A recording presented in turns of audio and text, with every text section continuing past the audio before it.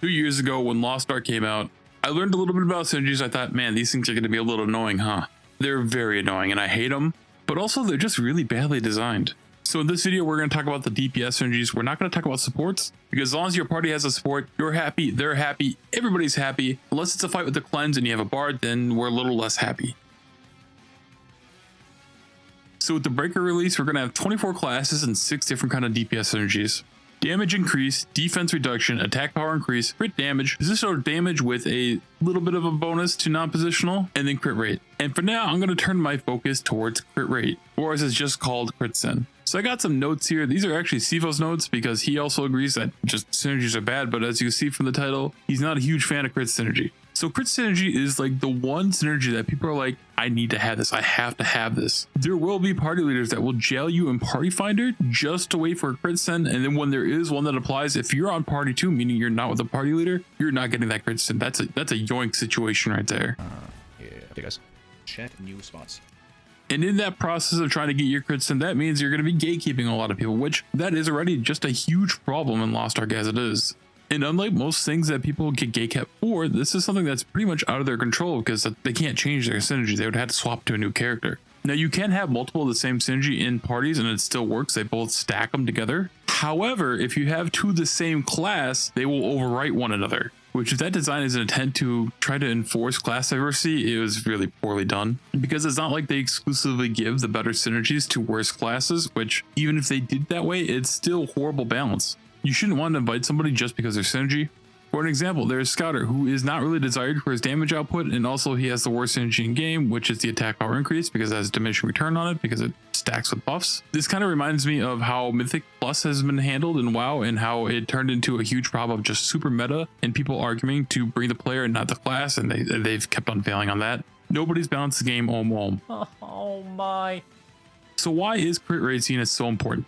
Well, crit rate and crit damage, especially crit rate, is something that you're going to notice more frequently than you are with the others. You're not really going to notice a 6% damage increase, for example, but when you see a big yellow number versus little white numbers, you're absolutely going to notice the difference. And we all see this person, we all know this person who gets a giant crit, they have to call it out in voice or in chat on how big it was. So it's like a dopamine hit that they're just addicted to. And the thing is, all these builds that you're finding off community guides, Maxroll, YouTube, Reddit, Invent, Korean APIs, whatever, they were all put together with the idea that there was going to be a crit synergy in your party in mind.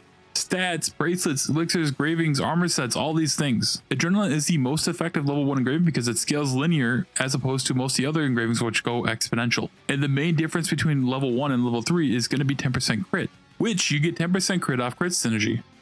So if we make our builds around having it, can't we just make builds that work around it? The answer to that is yes, but to a degree, and really at what cost? So if you have Swift or Spec accessories, you could get a crit accessory, but the thing is that's not a good trade or a good compromise, because this is going to alter your playstyle, your rotation. If you have a Spec breakpoint, you might not hit that anymore, which might make it even worse. Not a great deal.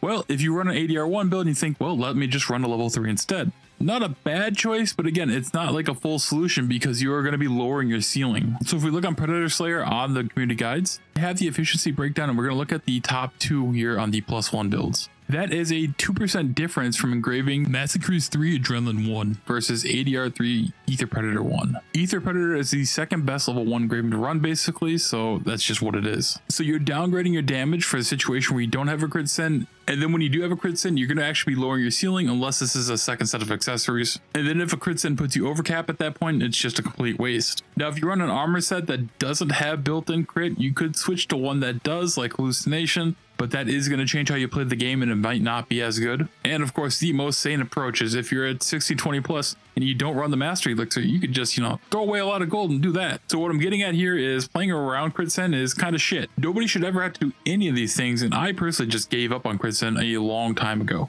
For me, as long as it's not 2 of the same class, my party, it's good enough.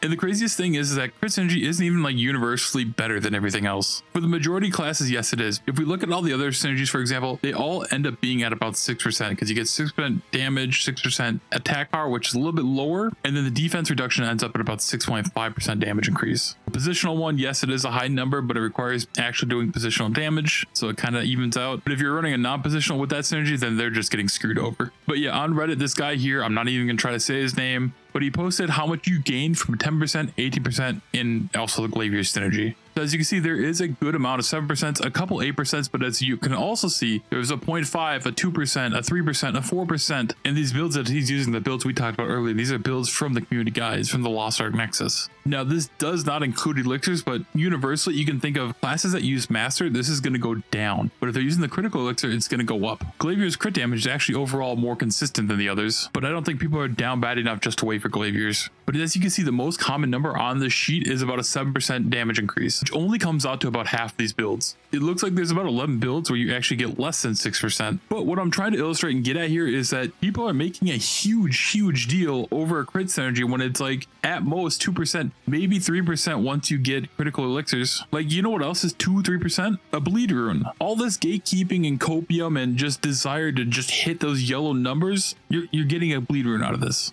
Now, if this is Theamine Prog or Hell content or something where you actually need all the DPS you can get, that little bit of damage will make a difference. But for the majority of parties, all these re-clear parties and people just doing the content, shit doesn't matter. So in the end, synergies are just a bunch of different ways to end up being about the same damage. And the thing is, they don't even really change the gameplay experience either. In fact, they actually just made the gameplay experience even worse. In a game where you can only use 8 skills, sacrificing one for your synergy is really annoying. And if that synergy is also utility for you, say for example Predator Slayer, where your synergy is also your counter, it's kind of hard to do a counter on that class when it's always on cooldown because you're using it for synergy. And this awful design isn't even just limited to synergies. As well transformed Evo Scouter, their best skill is also their counter, so that is always on cooldown for them too. Ultimately, I think everything should just be buffed, synergies deleted, and some classes will even be more fun because they're actually going to have a skill they want to actually use as opposed to something that is just there to be a synergy slave. Now, for a little fun here, he talks about Gunlancer's Nella skill and how it gives DR a cleanse and a shield. And unlike synergies, it actually can alter gameplay and how people tackle certain things. And I think if every class or engraving had something like this, something that could actually alter gameplay and affect the entire party, beyond just, hey, this is a little stat increase, that could make things a lot more interesting, a lot of fun. This is something I've actually thought about in the past on ways that they could help make Scouter a little bit more desired. Like, what if Evo gave everybody in the party a small shield when they transformed? Yes, there's a lot of Scouter references in this video because I do play a Scouter. But I think playing off every class or engraving identity and having something like that would drastically change the game for the better.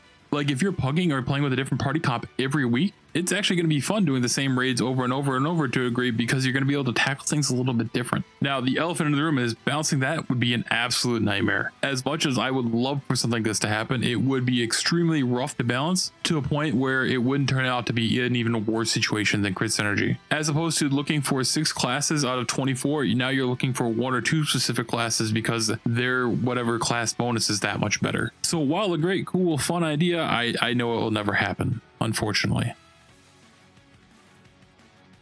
But yeah, that will be it for this video. I hate synergies. They're a pain in the ass. Please get rid of them.